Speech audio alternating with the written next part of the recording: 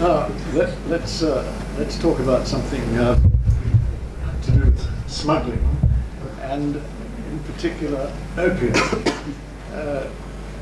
Daniel Joseph MacArthur-Seal from the British Institute at Ankara. You've been doing research on this. Tell us what you've got. Okay, I take that one. Thanks. Otherwise I have to punch over. Okay, so yeah, my postdoctoral research for the last couple of years has been on the smuggling of opium from Turkish and the other Eastern Mediterranean port cities. I'm trying to give you a quick overview before I delve into the kind of Levantine aspects of this. So the most important thing to know is that Turkey, Anatolia, has historically always has grown a lot of opium. There are traces of opium smoking from ancient history. More pertinently for the 20th century. In the 19th century, what happens is that during these famous opium wars, opium from people in Turkey start to realize that there's money to be made. The Ottoman government also realizes this and attempts to establish a monopoly over opium in the 1820s.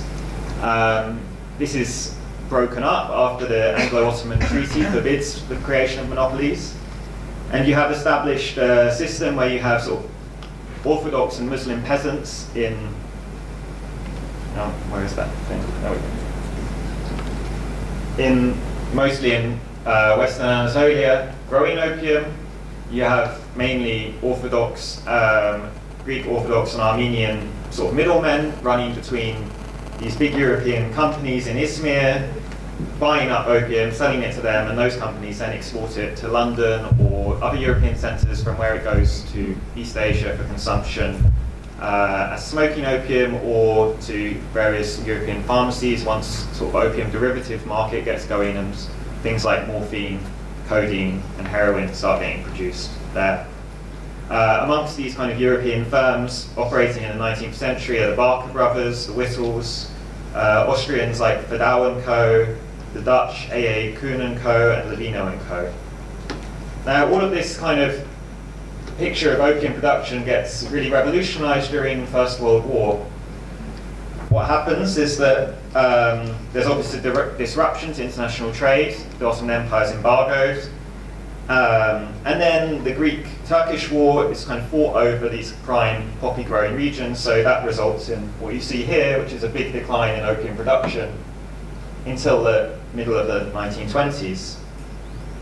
Once the Republic gets established, there's a lot of excitement trying to revive opium production, but this always rather bad timing because at the same time, the consumption and trade of opium is under a huge amount of additional scrutiny, and the whole series of treaties get made over the early 20th century, which basically restrict the trade in opium and restrict the production of derivatives of opium like heroin, morphine, codeine, etc.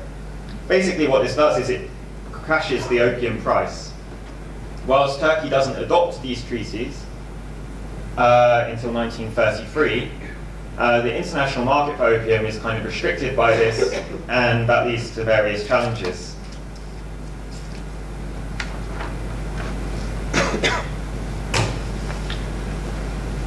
Up until 1933, these kind of commercial dealers continue to sell war opium abroad. There are a mixture of local and foreign companies involved. You can see here orders from the United States pharmaceutical companies going through the Whittles and the Tolukians, an Armenian company in Turkey.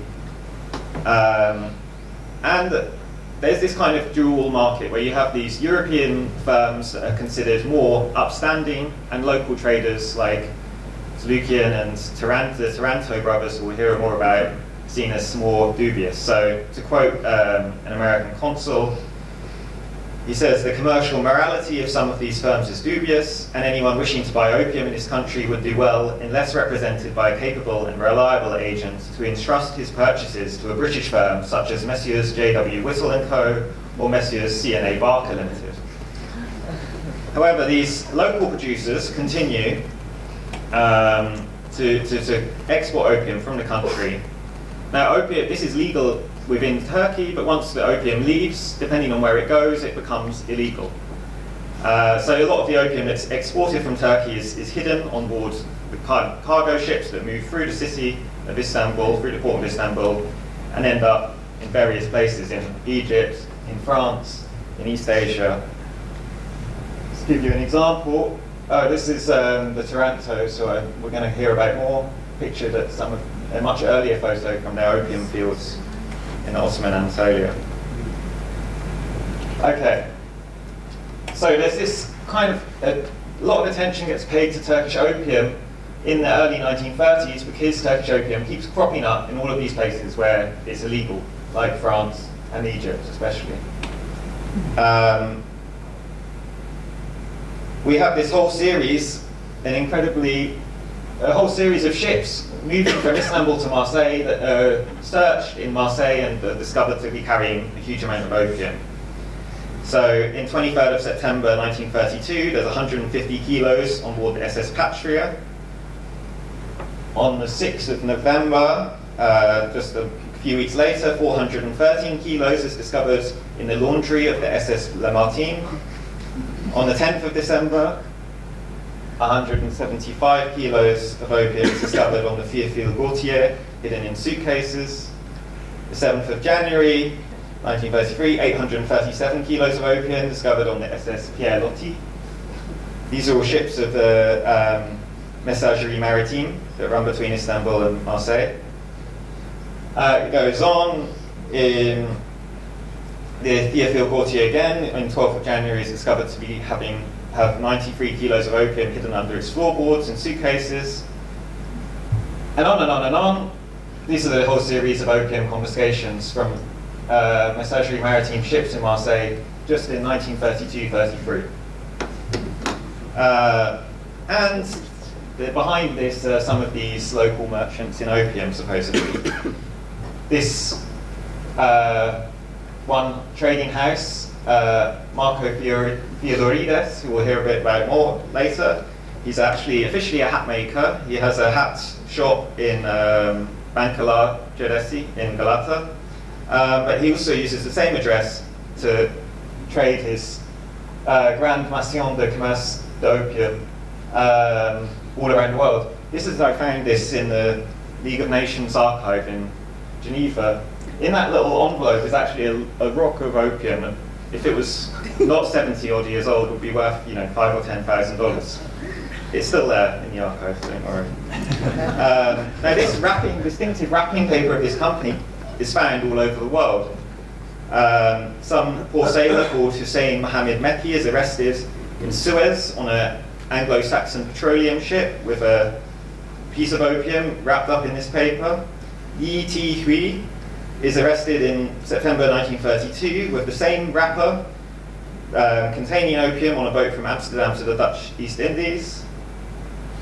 Another employees of the SS Magdala are arrested with, again, the same wrapper containing opium in Curacao in the Dutch East Indies. And 3 sailors are arrested from the Fairfield Gautier in Istanbul in 1935 and are sentenced to prison for 8 months. Now, although these kind of legal challenges, the restricted legal possibility of trading opium causes Turkey some problems, there are also lots of opportunities. Now, as I said, because that's one of those boats, there we go. Okay, because Turkey doesn't sign up to these laws, whereas most European countries do, the pharmaceutical companies that are producing heroin and morphine and codeine in Europe decide that Istanbul might be a useful and less regulated place to practice their business. So in October 1925, which is shortly after the signing of this first major opium treaty in Geneva, there are reports of discussions that a French pharmaceutical company is considering upping shop and moving to Istanbul. The US consul in Istanbul is worried, he says that with practically no control or supervision as to the quantity produced or ultimate destination, opium could be refined into heroin and these other products in the city. You end up with The first company, to be quick, is the Oriental Products Company. It's established by two Japanese brothers, some new arrivals on the Levantine scene in Istanbul. They partner with a Turkish-Armenian chemist. They're reported to be close to the Japanese ambassador, and their product ends up getting discovered in Egypt. Some arrests in Egypt lead to sort of pressure to be put on the Japanese ambassador. Nothing seems to be able to be done for a while. This next company, Opium in Eyüp, is established under the control of the Taranto brothers, who are the sons of this opium merchant. They seem to sell most of their product to a French citizen and smuggler called Louis Lyon, who regularly visits Istanbul and stays in the Tokatlian hotel. The Tarantos are interesting. They're a Jewish family from Italy, a Sephardic family. This might make them not considered Levantines in the strictest definition of the term, but they've acquired French protection, and so in many respects, many of these local, well-connected Jewish families have some of the benefits that Levantines themselves have, like foreign citizenship. So Nessim, the father, is a French citizen, so is his son Albert. Leon, who becomes the main figure in this opium factory, is denied French citizenship because he decides to become Austrian while living in Switzerland during the First World War. He then tries to get American citizenship later on in New York, but is rejected and is really stuck with a Turkish passport for most of the 20s, unfortunately for him. It causes him lots of problems later on. He's reported to be close to the Valley of Istanbul and other notable cities. And then the third company is more or less a French operation. It's established by the Société Industrielle de Chimie Organique and the Comptoir Central des Alkaloids. It's directed by a Belgian, Paul Mecheler, and his team of managers include two Armenian brothers, a Turkish Ajem Haki Ismail Bey, and Maurice Lepin, a French citizen. So these kind of factories are integrated into this international commercial network, draws on multinational capital and expertise, and that matches the diversity of their clientele in the Americas, in East Asia and South Asia. Turkey seems to be transforming in this period from a producer of raw materials, raw opium, into a producer of refined drugs, as markets elsewhere in the world are increasingly restricted. And this causes a great deal of alarm, which leads to diplomatic pressure on Turkey, which results eventually in the closure of these factories in 1931, 32, 33. There's a whole series of arrests of different characters involved in exporting the product of these factories. So in November 1931, these two characters, an American gangster and a Turkish Jew, Eli Abu Isaac, arrested on getting off the Orient Express in Berlin. They're found to be exporting 27 cases of Turkish morphine to North America, which is in a warehouse in Hamburg. Then more arrests take place. Yeah, sorry, wrong. There we go. Okay, that's those two who were arrested in 1931. In 1932, this character, John Boyatzis, is arrested in Alexandria. He's been living he spends most of his time living in China. He lends a load of money to this other character, Elia Liopoulos, who originally is buying heroin to send to Boyatzis from Paris, but after those Paris factories relocate to Istanbul, he himself goes to Istanbul. He's a graduate of Robert College, so he has spent his youth in the city.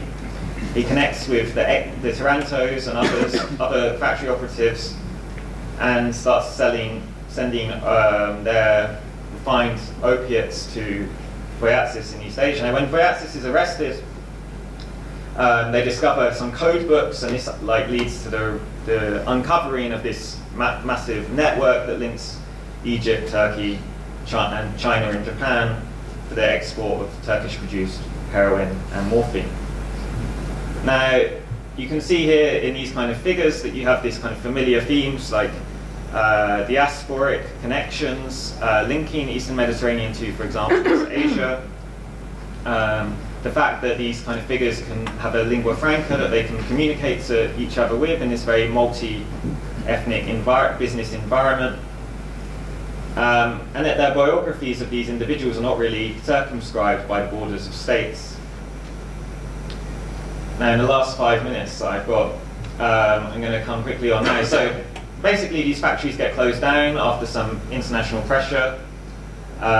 Some of their directors get forced to leave the country. This is a Karanami closing Opium factory. This is news that Paul Michelet has been evicted from Turkey. This is all kind of done in an attempt to answer the criticism of America, especially, and also the League of Nations. The Turkish answer is to establish a national monopoly on the export of drugs. So all of these kind of European Levantine local merchants get put out of business. The opium market becomes bureaucratized. It becomes run by bureaucrats, and it becomes scientized. So these two themes of the Turkish Republic, bringing in lots of bureaucrats and making everything look wonderfully scientific, is basically the theme of this. Now, these kind of global restrictions on opium lead Turkey's competitors in the period to restrict their exports of opium, and Turkey, with this monopoly, becomes the biggest opium exporter in the world, at least for a couple of years in the early 1930s. Mainly because India, under British kind of control, is reducing its exports to meet international obligations that it's arrived at. Now, what happens, of course, so on the one side you have this monopoly exporting raw opium. The independent factories have been closed down, so what happens is you get a whole load of illegal production going on in Istanbul, basements, in farmhouses, all sorts of places.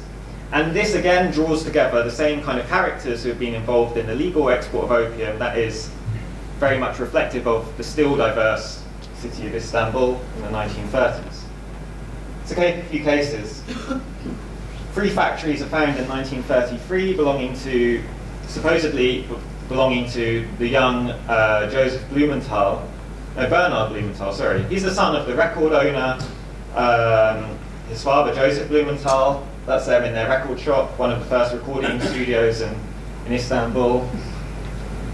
And then the gang that's meant to be involved in this opium production is typically diverse. It includes Greek, Armenian, Turkish individuals, a German, Shaw, who's the director of this Bazaar de Levant. Anyway, a few of those guys get arrested, the others get released. There's not very strict laws at this period relative to today. You know, if you can get caught with thousands of kilos of heroin, you go to prison for 6 months and have to pay a small fine. So that's one of the problems. And this Theodorides, who we heard about earlier, he ends up later being involved in a morphine production factory and gets arrested. I'm going to skip over him. Calderon, another Istanbul Jew, is also arrested with a factory in his basement of his house. What's interesting is I found one of these books about the Calderon family of Istanbul, and there was no mention of the fact that one of their relatives had been arrested for heroin production. And this is a general kind of problem, that there's always this kind of defensiveness on the part of the people doing this kind of genealogical research, mainly, to justify, excuse, or hush up their potential family involvement in unsavory activities. There's some of the materials that's found. You can see that from this material that you don't need much space to produce heroin and morphine, and that's one of the reasons it's so hard to police. Now, Calderon is using corrupt staff on the Orient Express to ship his heroin to Paris, where his brother's living. Again, this kind of the familial ties, the way that they extend across continents, is very important in why Levantines are very good at this kind of trade. Still more cases. In this time, a German employee of the Teutonia Club, a waiter, is found with a few other German and Austrian citizens to be running a small heroin factory in Para. And connected to a drug ring in Vienna, which is where it's been sold. Yet more and more cases that I don't have time to go into. This one's rather interesting though, because it involves 2 fathers and 2 sons. One, Armando and Nico Borzolini, and the other, Ismail and Kemal, who are both Circassians. The 2 fathers work together in the production of one opium factory. They both get arrested, and then they both get their sons working together on the same project. So we can see that there's not really, when it comes to something like opium, there's very few communal boundaries in cooperation, whether that's because it's an illegal substance and that kind of draws different type of character to it than other businesses, or whether that's characteristic. I'm sure you can tell me. I think we'll have to start to wind up. Okay, just to jump to a conclusion then, you can see that that's just a few cases of the ones that I've identified of illegal heroin production.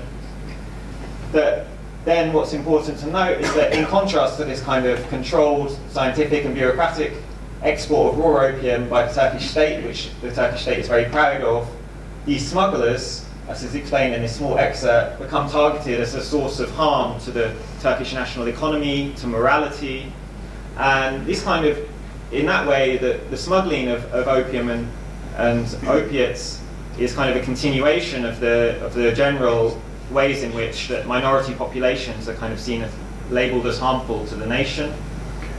And that the irony of this is that as Istanbul changes in its demographics, so too do the character and the nature of the smugglers involved, so that now it's a heavily Kurdish and Turkish trade, which we see when, for example, there are several arrests in London not so long ago of major Turkish and Kurdish heroin exporters to this city. Turns out that the trade isn't really owned by a single nationality or not, but that because of these kind of personal connections and advantages that certain Levantine and other populations in Istanbul have at the time, and because of perhaps their economic insecurity that they face in legal ventures, there's certainly an overlap between these groups and the opium and heroin trade in the city. I'll leave that. Thanks.